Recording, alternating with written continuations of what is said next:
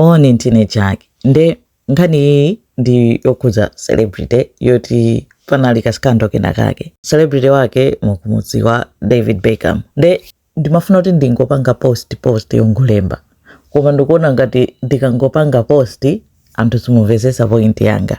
Ndiye ndaona kuti ndichite kuyankhula, right? Ndiye nkhani nayoni.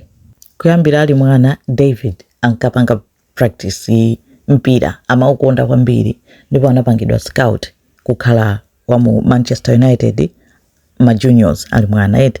Nde amapanga training Manchester United ground chani mpaka na kukula nkujoina team. Ende anali ochuka kwambiri anthu amankonda kwambiri. Jezi yake inali number 7. Time yoyo I know kuti panopo Manchester United ndi pamwamba koma nthawi imeneyo inali pachimake. Ende David Beckham was big chifukwa choti wani anyamata kukongola oneka bwino kwambiri komanso akavala zovala zicha zimakhala bwino nde ma brand osiyanasiyana amafuna nkhope yake komanso zovala zawo zizipangidwa model advertise ndi David Beckham. Nde anthu amamukanganirana ende anapeza kuti brand yake inakula kwambiri worldwide. Ende akangopita kumalo kuja anthu amafuna kuona Beckham kuposa amene anthu amafuna kuonera mamachi. Ende chilungamo chimenecho. Nde as much as zimenezo zinali zabwino kwa David, sizinali zabwino kweni kwa mpira matimu. Chifukwa choti matimu amapezeka kuti amakhala overshadowed by fame ya David Beckham. Mpaka anapakira filimu Bend It Like Beckham malinga ndi mena maupotozera mwendo kandi ngati phazi ndi kubenya chigoli yet he was good in his time. Amata akameta tsitsi style yomwe wametayo fans yonse iyambaso kumeta yomweyo. Akameta mpala gulu iyambaso kumeta mpala. Makhala nthawi zonse inali trend ndithu kunena kuti ulendo uno David abwera ndi style ya mtundu wanji. Eti jezi yake inali number 7 Manchester United. Nde anapeza kuti anakwatirana ndi Victoria anali otchuka so kwambiri naye. Nali mkatikati at the height of fame ya Spice Girls. And naiso pa nthawi imene anali anthu anapezeka kuti anapanga ukwati. Anamba chibwezi anamba ukwati anaberekerana ana awiri. Eti ndezi zoti kulikonse komwe atalowere apaparazzi ali kumeneko atani zotero. Ndiye chiyambi cha nkhani ino tsopano anapezeka kuti mu 2003 David Beckham anapangidwa transfer kuti akupita ku Spain akasewera mu timu ya Real Madrid.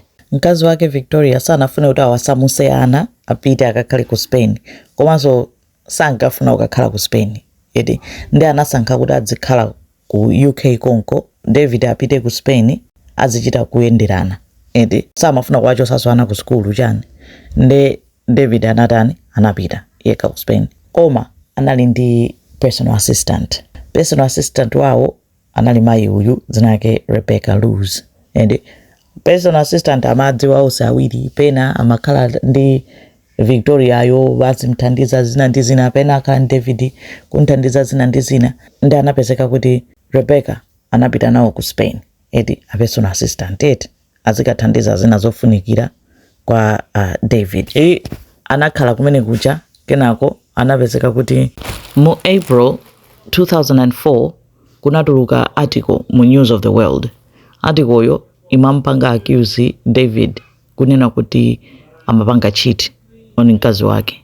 Edi na inafotokoza munaizo fotokoza zambiri mmene momo kuphatikiza kunena kuti awakhala kuyenda ndi assistant wake uja personal assistant Rebecca Luz. Nde akuti pa nthawiyo Rebecca analata chosedwa ntchito koma zimeneno ananena ndi Rebecca ayo yekha kuti anampanga interview zomwe amayankhula ngati kuti David Beckham mamuna wabwino kwambiri odziwa kusamala mkazi odziwa mamuna wabwino kuti ndikudziwa chilichonse pathupi lake zokhanga kuti afuna kuti wina wake apshe mtima zoyankhula zake. Edi inali scandal. Aliyense anala kudikirira kuti aitione kuti Victoria mkazi wake apanga react bwanji. Edi chifukwa nthawi zambiri kwa azungu mamuna kapena mkazi akapanga cheat nthawi zambiri banja limathera pompo. Nthawi zina amakhala ndithu kukambirana kupirirana koma maka anthu otchuka sipakhala kuti yayi kukambirana zimathera pompo.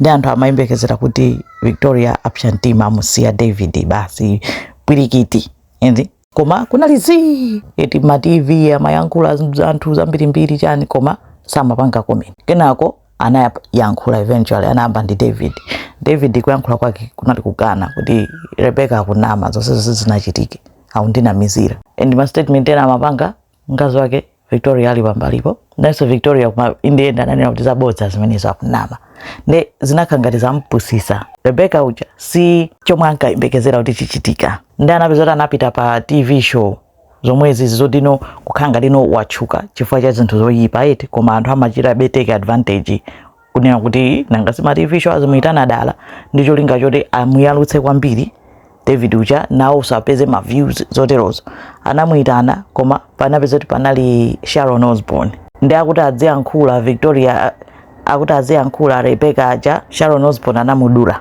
kumuza kunena kuti cholinga chako ndi chani palibe chotchukira apa munthu sunga makhale kufuna kuononga banja lanzako ndikumapita ma TV station ma news nkhope yako live kumakayankhula izi ndi izi zoyaluka zimenezo asiyeni anthu banja lawo lipitirire ndanakhanga lino angompusisa live and from that moment aliyesa anasiya kumfusa Rebecca kapena kumuitana kuma station kapena kufuna kugula nkhani yake aliyesa anangomutaya ndezi nakhangalesa solobana David ndi mkazi wake uja akupitiriza ngati zonse zabwinobwino anakanira anthu kunena kuti zomwe aonena Rebecca ndi zabodza basi kumapita anthu amaona ngati kuti aya zoneka yekha David Victoria mwina wakuya aya amatenga amene apangira kale lonse mayendera limodzi azijambulidwa limodzi basi tu Rebecca nyololo basi tikufinyiriri kubwereraso mchigoba eti ngati kamba kapena titi nkhono anachita manyazi kwambiri basi ntchito sokamba kuvuta kupeza basi ili chose nokuntembenukira anangosanduka munthu basi kuja kuti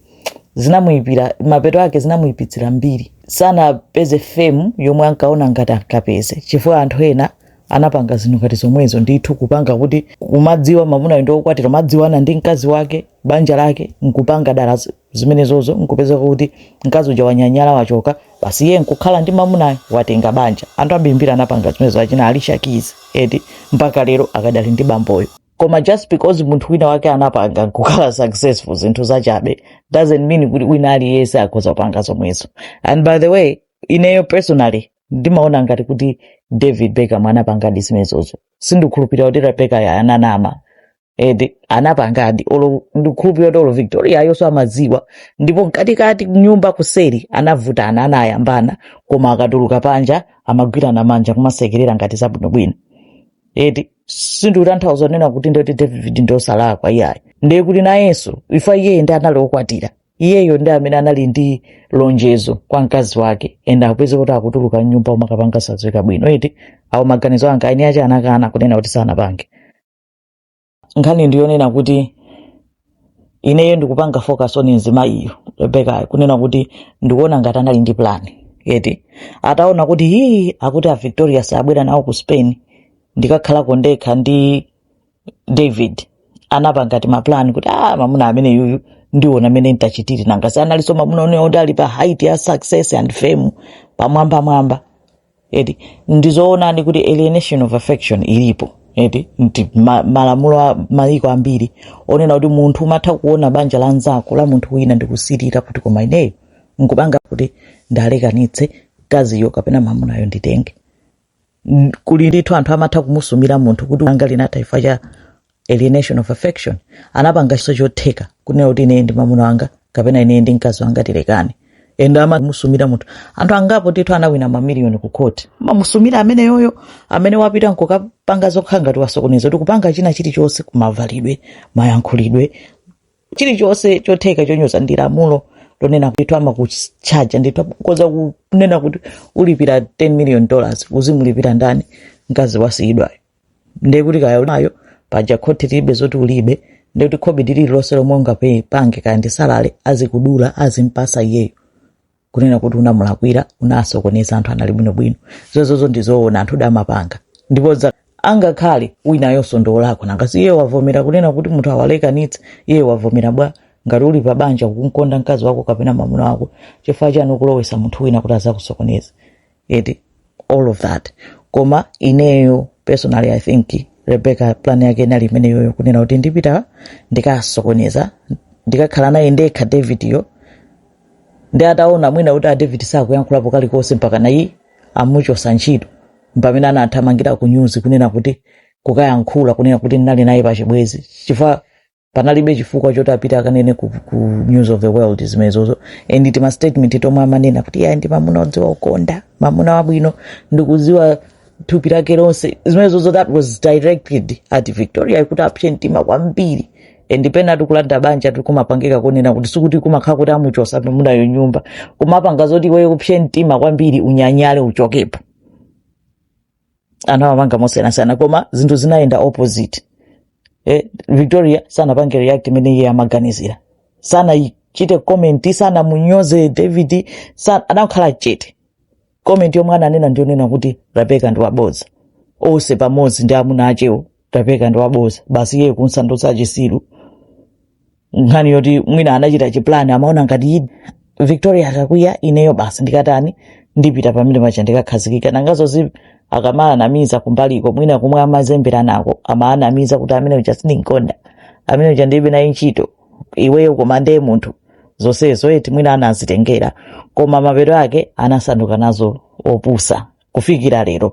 Panapo ndi wamkulu alinzaka I think 48 anakwatiwa atamakhalanso dziko lina ali ndi ana koma ayi pakakhala salephera atulukira pena pake ayankhulapo timauti anandilakwira ine amene aja anandilakwira amadzipanga victimize amakhanga kuti iye ndi victim munkhani yonse koma personally ndimaona ngati anali ndi chiplan koma anagwa nacho edi koma sizotanthauza kunena kuti David sanapange zolakwika anapanga zolakwika kwa mkazi wake anamuchitisa manyazi edi ndi imene imangopanga highlight kunena kuti maplani ena just because ena ake anapanga nkupambana doesn't mean kuti aliyesa akhoza kupanga nkupambana.